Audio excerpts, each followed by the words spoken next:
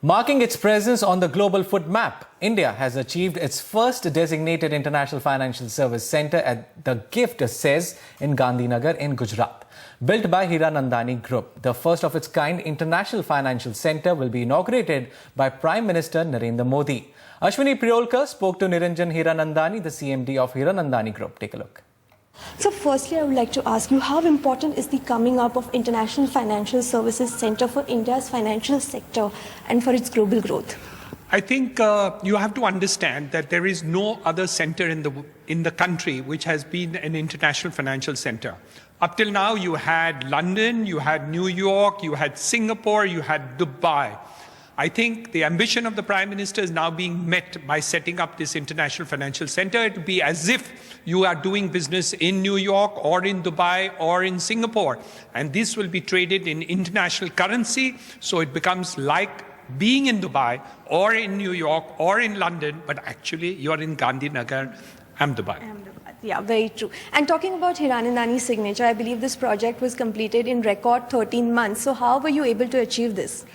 I think it was a Himalayan task, but the ambition of the Prime Minister had to be met. Something which we would have done in 24 to 30 months, which is 4 lakh square feet, a basement plus 16 stories, we completed actually in 12 months. It took another 30 days to get all the permissions in place. So we did this in record time. We put all the best resources of technology. We put all the resources of the experience which Hiranandani brings to the table. And of course, when you have a deadline of the Prime Minister of India, we have to meet it. Right, very true. And this is a massive commercial project that has come up. So obviously, it's going to generate a lot of employment. So what kind of employment growth do you see here? I think what the Prime Minister is trying to attend is to see that another center which creates employment, which creates resources, which comes to investments into India. A lot of people used to do investments overseas. Obviously, that was done through international markets. Today, the Reserve Bank of India allows $250,000 a year to be sent abroad for the purposes of investments. Today, all that could be routed through this center. NRIs who are otherwise investing into various situations all over the world can come to this international financial center. I think it's a growth opportunity which is second to none. I have to congratulate GIFT SEZ, the government of India, the Prime Minister for this wonderful effort to put this center into place. It was a Himalayan task in terms of getting all the policies into place, whether it was the tax policy, whether it was the budget, whether it was SEBI, whether it was the guidelines, and of course the Mumbai Stock Exchange, which really set it up as an international stock exchange too.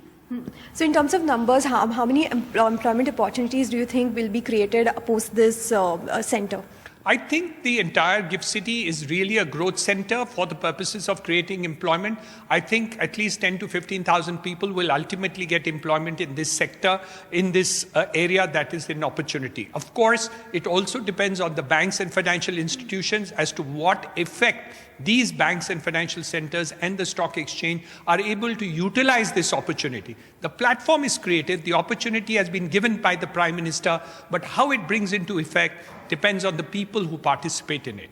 Right. So it goes without saying that when you have so much of employment opportunity coming up, you also have opportunity for the residential sector to also develop. So how do you think coming up of this international center is going to affect the residential as well as the commercial real estate of Ahmedabad? I think what the Prime Minister said on the 31st of December was mind-blowing. He talked about housing in such a significant way that his objective of 2020-22 for the purposes of providing affordable housing is there. Yes, this center will create a multiplier effect, but his vision is not only Ahmedabad or Gujarat. His vision is India, and that is very clear from what he spoke on 31st.